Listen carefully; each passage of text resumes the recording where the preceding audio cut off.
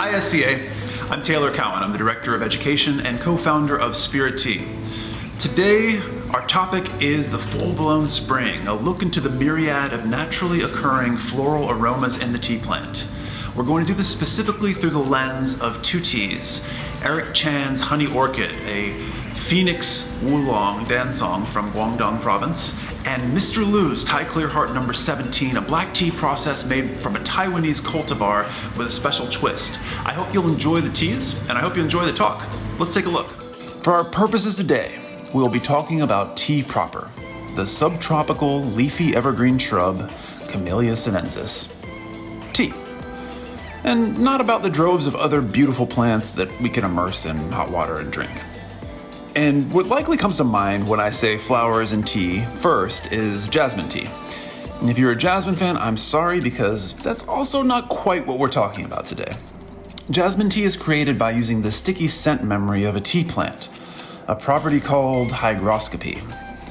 Tea leaves are sensitive to moisture and aromas in their environment and will absorb those smells. So, not that there aren't inherent jasmine-y qualities to a tea leaf, but jasmine is usually what we call scented or perfumed tea in the industry. Pre-finished tea leaves have jasmine flowers tossed over them, which are left to rest and then removed. This process is repeated 3 or 4 times. By the last scenting, the tea will be permanently infused with the scent memory of the jasmine flowers. This is explicit augmentation versus the tea plant's natural, wondrous aroma complex. And the reason we find floral characteristics in tea is because the tea plant shares some of the exact same organic compounds as flowers, fruits, coffee, the whole plant kingdom. It's something that perfume makers, food flavoring manufacturers, candle companies have long known. For instance, if you knew the formula for what makes lily, you can combine the constituent organochemical compounds in a lab and create something akin to it. That said, you know this if you've ever smelled a flavored or scented version of something, it won't be exactly like the thing itself. Nothing is. So let's take the lily. A lily consists primarily of these 3 organic compounds: linalool, ocimene, and myrcene. The combination of these elements makes lily. That said, if you were to isolate and smell one of those components by itself, you probably wouldn't recognize a lily. And if you were to smell equal parts of all 3 at the same time, you still wouldn't recognize lily. It's only when the balance is right and the correct ratio of each compound is present, in addition to the handful of other minor background accentuating compounds, that the chord strikes correctly and you recognize the smell of a lily. And again, a tea leaf is not floral as a living plant. You don't smell flowers standing in a tea garden. And if you were to pick some leaves fresh off the shoot and devour them right there, they still wouldn't taste in the least bit floral. Everything flowery about a tea happens after plucking.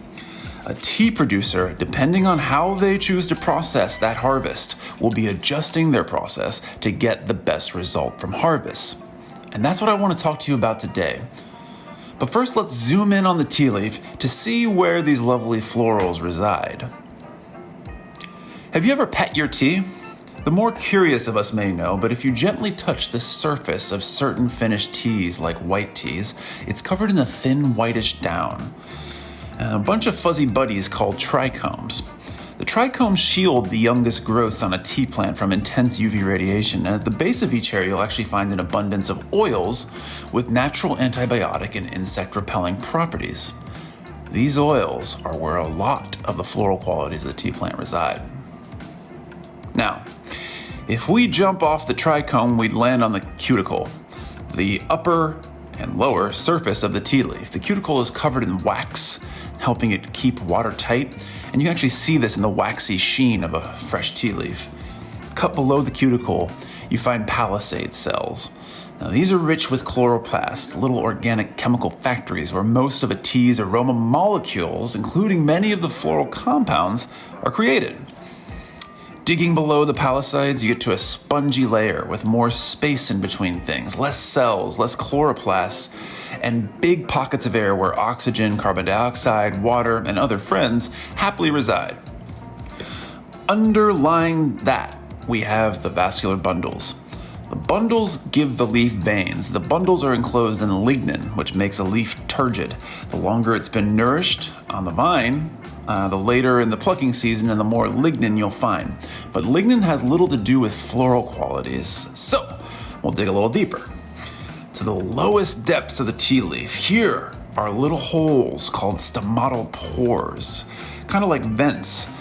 The carbon dioxide, oxygen, and water release valves of the leaf. Now, why would you release the good stuff?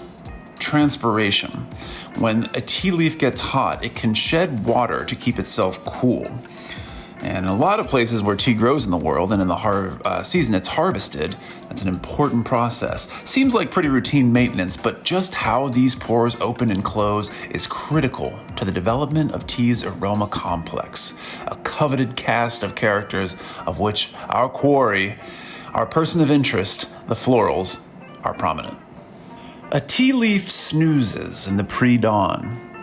Suddenly, sunrise's blue light makes the leaf open its stomatal pores, making water evaporate. The leaf, in its drought-filled season, is parched. It desperately tries to close the pores and retain its water, but can't because of the blue light. Finally, the tea releases an emergency sealant, abscisic acid, which seals the pores, trapping the water in. Why tell this? Because abscisic acid is rife with floral organic compounds, and this happens to a leaf on the plant during drought, but it's also exactly what happens to tea while it's being withered. Withering mimics a drought response in the plant. So, let's look at this same situation in a warmer and perhaps wetter ecology. So here's our friend at dawn again. Blue morning light, and the pores are open. This time, the mist-draped mountains of its home create a thin layer of vapor, hovering just above the leaves, preventing too much water from evaporating. No abscisic acid necessary, until a cold gust of wind completely blows away the vapor blanket. Now too much water is evaporating and the plant's in trouble again. Once again, abscisic acid is released to save the day. In this way, cold weather snaps and gusty bursts of wind help facilitate florals in tea. So when considering how florals impact a tea's taste, it's helpful to divide it into two categories. One is the primary aroma complex, and the other is the secondary aroma complex. Any possible smell you get from tea is called the aroma complex, and it's helpful to divide the aroma complex into two subcategories: primary and secondary aroma. Primary aroma includes the season of harvest, the latitude, the elevation and aspect, sun exposure, a tea's variety, and the climate of the garden. Interestingly, most of these factors create a sort of soup or lay out the raw ingredients that will later come into their full expression. Primary aroma is more realized through its potential than its essence. There's still a lot of possibilities. Whatever these factors look like, it is by no means fate. Some people would call these terroir-driven factors, and I suppose it just depends on your definition of that. I like to consider regional processing as part of terroir, which brings us to secondary aroma. Secondary aroma includes all the elements affected by human touch on tea leaves. That is simply processing. Not every freshly harvested batch will go through all of these steps. That's the producer's choice ultimately. The specific combination of steps is what we call green tea or white tea. All the considerations that happen in between the leaf being plucked and going to market. So, we're going to hone in on two steps of the secondary aroma that inspire the most florals in a finished tea: withering and rolling. The tea leaf begins wilting the moment it is plucked. Withering is the controlled dehydration and concentration of aromatic compounds. This can occur outdoors or indoors, though UV sunlight assists in the process. Withering also creates suppleness and pliability in the leaf. And rolling occurs by machine, or in special cases by hand. It mixes leaf enzymes with the chemicals they act upon, producing flavor. Concentrates flavor compounds by reducing moisture, and shaping reduces exposure of the leaf's surface area, preserving the freshness of the tea until it's steeped. So let's not dwell on these anymore without seeing them in action. First, to our dear friend and young smallholder, Eric Chan. For this brew, we've chosen 5 grams and 340 grams of 195-degree Fahrenheit water for 3 minutes. Be sure to pre-warm your vessels and start your timer at first contact between water and leaves. Eric Chan is one of our longest-term sourcing relationships. He's a third-generation grower and producer, and this style, which he makes in Feng Huang, is the Milan Xiang Honey Orchid Aroma.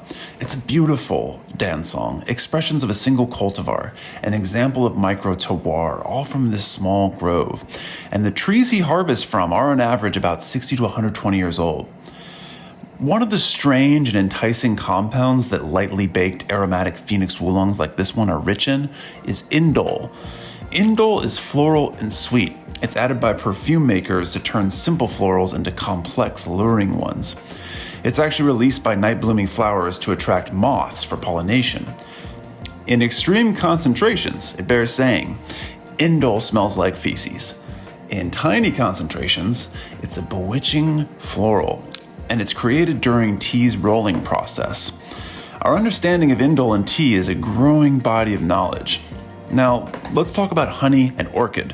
What composes these smells? Let's start with the orchid. Can you think of what an orchid smells like? It possesses a dizzying array of subtle aromas. And below are the main compounds you're smelling. Linalool, geraniol, hosamine, methyl jasmonate among them. The teak plant contains each of these constituent elements. Now, honey is itself a very complex, difficult aroma to break down into its component parts. But in tea, it's believed that our nose is fooled by the conniving combination of 2 compounds, phenylacetaldehyde and beta-ionone.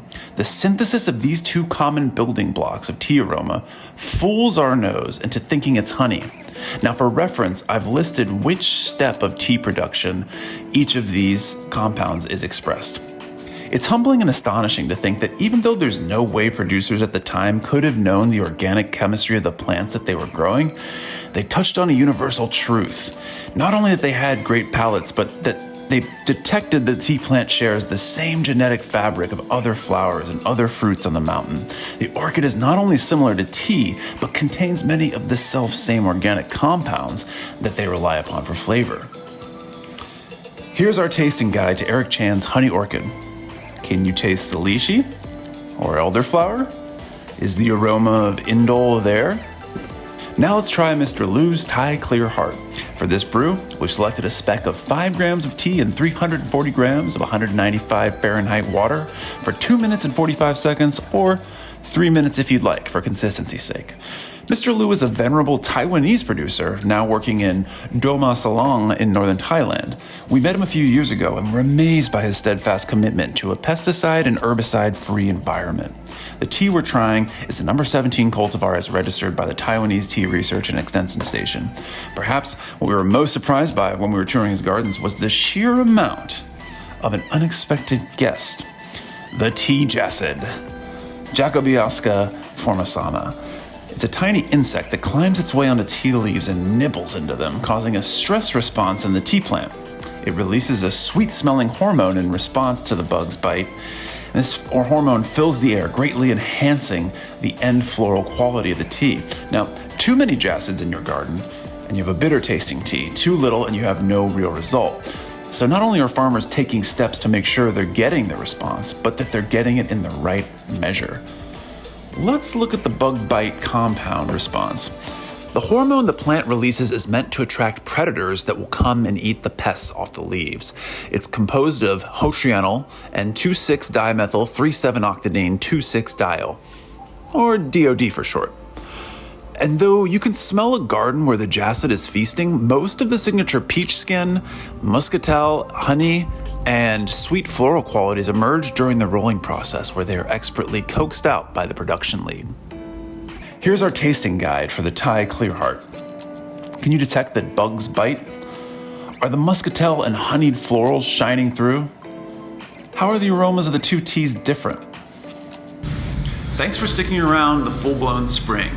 We've taken a close look at the floral qualities of tea, which it's a big subject, but a fascinating and growing body of knowledge. I hope it enhances your enjoyment of every cup of tea you try from here on out, and hopefully inspires you to apply the same framework of thinking about coffee and other botanical experiences. and hopefully encourage you to stop and smell the flowers. Thanks for being here with me. Again, have a great rest of your day. I'm Taylor Cowan. Steep slowly.